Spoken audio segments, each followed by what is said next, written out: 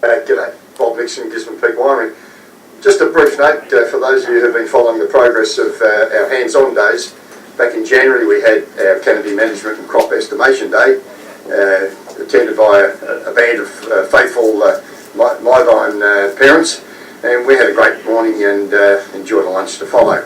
During that time we looked at the principles of canopy management, went out in the paddock and had a look to see how I've applied those principles, and continuing to do so. In fact, even yesterday where I was out doing some further hedging before we get ready to put nets on very shortly. The outcome of the crop estimation was a little bit disturbing. Our target's to get somewhere around 20 tonne off this little property, and last year with all its disease we were heading for 20 tonne, and by the time we actually got round to harvest we lost so much along the way that we picked about 11.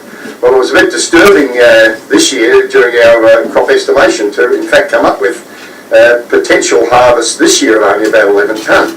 And the major failing in that looks like having come from the estimations on the Chardonnay. And I just couldn't believe the figures, and I've been hanging off, hoping for some sort of a miracle of late blooming of the size of the bunches and so forth. But it just hasn't happened, and unfortunately it looks like once again our crop estimation has been correct.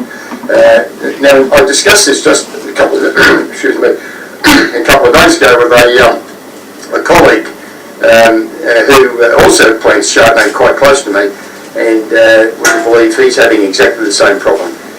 Problem is, he thinks, and I would tend to agree with him, that the fruit buds that are formed in the previous season in the wood of the vine just did not get fruitful enough as a result of disease pressure. So it looks like, guys, our results that I announced on the day are about right. Pinot around about 4 tonne, about 3 at the most for Chardonnay, about 2 tonne for Riesling, and a tonne and a bit maybe for Semillon, around the 11 tonne mark. We'll see on the day what the reality is, but thanks for your participation and thanks for watching.